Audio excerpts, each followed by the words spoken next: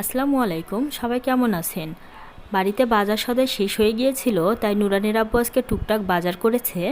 যে লোকটা বাড়িতে বাজার দিয়ে গিয়েছে সেই লোকটা তো আজকে রেগে গিয়েছিল, আর আমিও অনেক ভয় পেয়ে গিয়েছিলাম। অবশ্য ভয় পাওয়ারই কথা, কী কারণে ভয় পেয়েছিলাম সেটা আপনাদের সাথে শেয়ার করব এই ভিডিওতে। যেই লোকটার হাতে নুরানের আব্বু বাজার দিয়ে পাঠিয়েছিল সেই লোকটা এসে দরজার মধ্যে অনেক জোরে জোরে শব্দ করতেছিল, আর আমি জোরে শব্দ শুনে অনেক ভয় পেয়ে গিয়েছিলাম। তো কে কে বলে চিৎকার করতেছিলাম, লোকটা কি বলতেছিল আমি বুঝতে পারতেছিলাম না। আমি তো অনেক পরিমাণে ভয় পেয়েছি, কারণ ইদানিং অনেক চোর ডাকাতের উৎপত্তি বেড়েছে, আর ওই টাইমে বাইরে কারেন্টও ছিল না, পাশের ফ্ল্যাটেও কেউ ছিল না, সে কারণে আরও বেশি ভয় পেয়ে গিয়েছিলাম। আমি লোকটার কথা বুঝতে পারতেছিলাম না, আমি ভেবেছিলাম হয়তো বা অন্য কেউ অপরিচিত। তো আমি ভয়ে দরজা খুলতেছিলাম না, এদিকে লোকটাও মাথার মধ্যে ডালি নিয়ে দাঁড়া হয়েছিল অনেকক্ষণ। পরে অনেকক্ষণ জিজ্ঞাসা করার পর ভয় ভয় করে মাথাটা বের করে একটু উঁকি মেরে দেখতেছিলাম, তো পরে দেখি যে বাজার। তো লোকটা আমার উপর রেগে গিয়েছিল, অবশ্য রাগারই কথা, কারণ উনি অনেকক্ষণ ধরে মাথার মধ্যে ডালি নিয়ে দাঁড়া হয়েছিল। পরে তো লোকটার মাথার উপর থেকে আমি ডালিটা ধরে নামাইলাম। দেন লোকটাকে বললাম যে আমি ভয় পেয়ে গিয়েছিলাম, ওই জন্য দরজা খুলিনি। পরে লোকটা চলে গিয়েছে। ঢাকা শহরে তো ডাকাতেরা ফ্ল্যাটের মধ্যে ঢুকে আক্রমণ করে, সে কারণে একটু ভয় লাগে। আর এই দিকে লোকটার জন্য একটু খারাপ লাগতেছে, কারণ লোকটা অনেকক্ষণ যাবৎ বোঝা মাথায় নিয়ে দাঁড়া হয়েছিল। যাই হোক, কথা বলতে বলতে আমার এইদিকে মাছ মাংস ধোয়া শেষ।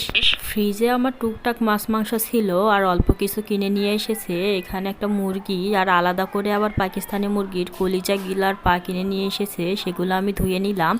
তারপরে পাবদা মাছটা হালকাভাবে ধুয়ে প্যাকেট করতেছিলাম। এগুলো এখন আমার কাটার একদমই সময় নেই, যখন রান্না করব তখন ভালোভাবে পরিষ্কার করে ধুয়ে তারপরে রান্না করব।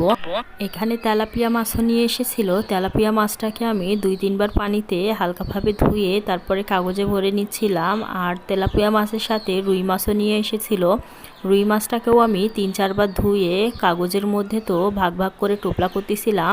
সব মাছ মাংসগুলোকে আমি ভাগ ভাগ করে কাগজের মধ্যে টোপলা করে নিয়েছি, এখন এগুলো আমি ফ্রিজের মধ্যে রেখে দিব। দেন তারপরে যে কলিজা গিলাগুলো নিয়ে এসেছিল ওদের পাকিস্তানি মুরগির, ওগুলোকে আমি ভালোভাবে কেটে নিব।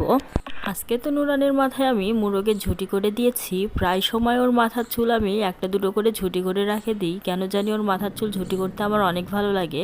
আজকে একটু ইউনিক স্টাইলে করেছি, নুরানও দেখে অনেক খুশি হয়েছে। মাথার চুল বাঁধার সঙ্গে সঙ্গে বলতিছে বাবাকে ফোন দাও, বাবাকে দেখাবো। কার কার আপনাদের এই স্টাইলটা ভালো লেগেছে অবশ্যই জানাবেন, আমার তো অনেক ভালো লাগতেছে আর হাসিও পাচ্ছে। এইদিকে গিলা কলিজাগুলোকে আমি ভালোভাবে পরিষ্কার করে ধুয়ে নিয়েছি, আর মুরগির পাগুলোকে আগুনে পুড়ে তারপরে পরিষ্কার করে নিয়েছি। এগুলোর সাথে তো আমি আলু মিশ দিব, সে কারণে কয়েকটা আলু টুকরা টুকরা করে কেটে ধুয়ে নিলাম। আর একটা কড়াইয়ের মধ্যে পেঁয়াজ দিয়ে পেঁয়াজটাকে হালকা বাদামি করে ভেজে তার মধ্যে আদা বাটা, রসুন বাটা, জিরা বাটা, হলুদের গুঁড়ো, মরিচের গুঁড়ো, লবণের গুঁড়ো ও গরম মশলা, তেজপাতা দিয়ে মশলাটাকে ভালোভাবে কষিয়ে তারপর গিলা কলিজাগুলো সেটার মধ্যে দিয়ে দিলাম। কিছুক্ষণ সময় ধরে এগুলাকে ভালোভাবে কষিয়ে নিব। কষানো হয়ে গেলে পরিমাণ মতন পানি দিয়ে ঢেকে জাল দিব, যতক্ষণ পর্যন্ত না পানি টেনে নিবে ভালোভাবে ততক্ষণ পর্যন্ত এগুলোকে অনবরত জাল দিতেই থাকবো। আর এইদিকে তো আমি রান্নার ফাঁকে ফাঁকে অনেক কষ্ট করে শিলপাটার মধ্যে বেটে 3 রকমের ভর্তা করেছি। এখানে আলুর ভর্তা, শুটকির ভর্তা, ডালের ভর্তা ছিল। বাজারের সাথে লাল শাক কিনে নিয়ে এসেছিল রান্না করার জন্যে, বাট আমি একদমই সময় পাইনি, এটা তো আমি কালকে রান্না করব। আর এই দিকে আমার তরকারিও হয়ে গিয়েছে, মাশাল্লাহ তরকারি কালার তো অনেক সুন্দর হয়েছে। দেন তারপরে এই তো ভাত খেতে বসেছিলাম। তরকারিটা তো অনেক মজা হয়েছিল, বাট একটু ঝাল হয়েছিল। আমার জন্য ঠিক আছে, বাট নুরানের আব্বুর জন্য একটু ঝাল বেশি হয়েছিল। তাও নাকি অনেক মজা হয়েছে, বলতেছিল ঝাল অনেক হয়েছে, কিন্তু অনেক মজা হয়েছে তরকারিটা। তো আজকের ভিডিওটা এই পর্যন্ত, সবাই ভালো থাকবেন আর অবশ্যই ফলো দিয়ে পাশে থাকবেন, আর কমেন্টে জানাবেন নুরানের মোরগ ঝুঁটিটা আপনাদের কেমন লেগেছে। আল্লাহ হাফেজ।